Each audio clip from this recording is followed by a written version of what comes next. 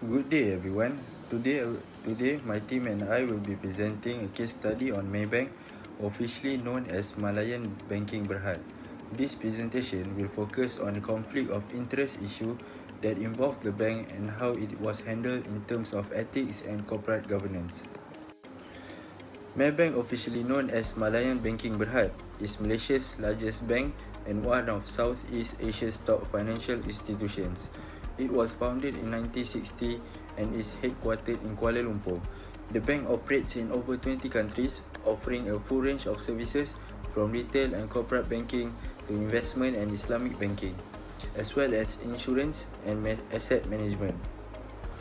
Maybank is known for its tagline, humanizing financial services, which means putting people first and ensuring that banking is accessible and fair for everyone. The bank emphasizes transparency, customer trust, and ethical governance.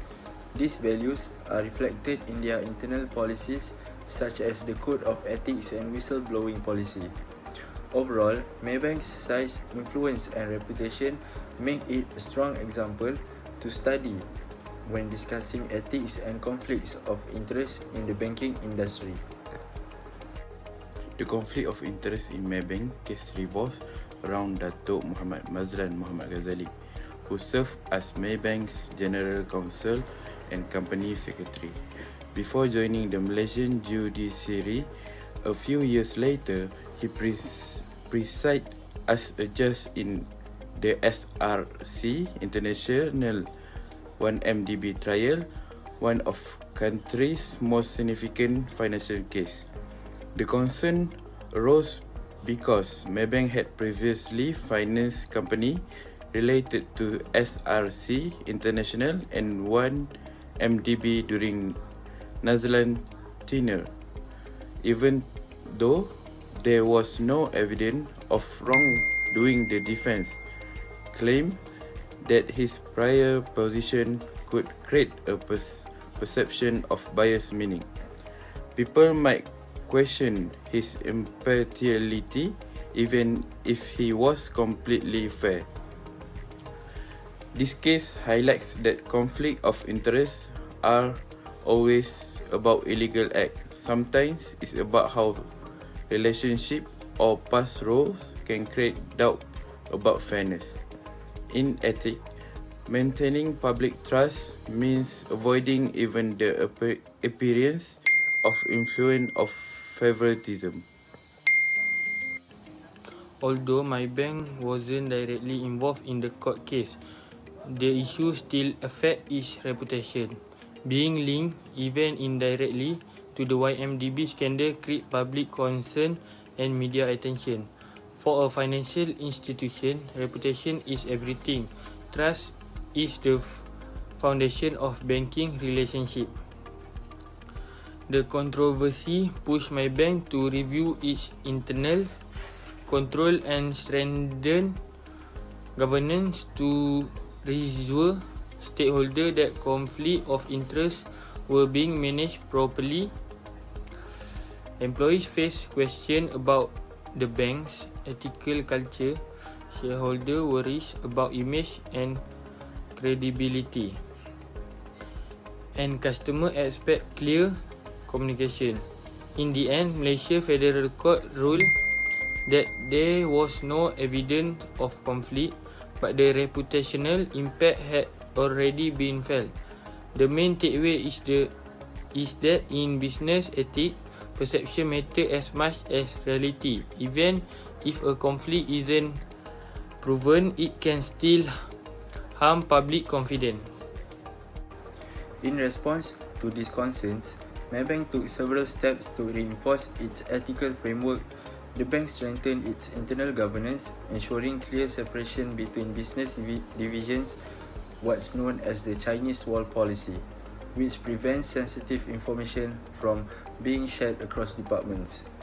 Maybank also encouraged employees to use its whistleblowing channels to report any unethical behavior, including conflicts of interest.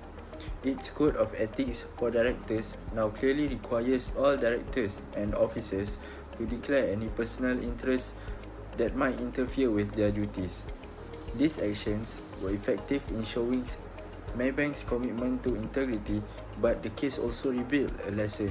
Managing perception is just as important as managing compliance. Even if the internal controls are strong, the public must also see that the company is acting transparently and responsibly. If Maybank had been more proactive in explaining its position publicly, the reputational damage could have been reduced. To prevent future conflicts, Maybank should continue improving its governance and culture. First, it should enforce mandatory conflict of interest declaration for all executive and board members, not just annually but whenever new role or transaction arise. Second, independent audit and risk committees should regularly review potential conflicts, ensuring decisions are made without bias. Transparency should also be enhanced by publicity, disclosing and related party transactions.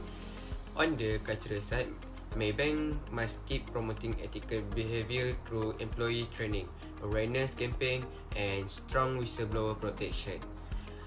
Finally, clear communication with the public about how conflicts are handled builds trust. Preventing conflict is not only about rules, it's about creating a culture where integrity is valued more than convenience or personal gain.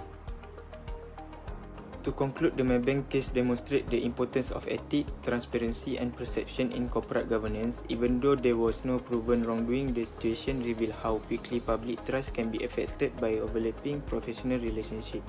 The conflicts of interest surrounding Maybank, former executive and the SRC case highlight a key lesson.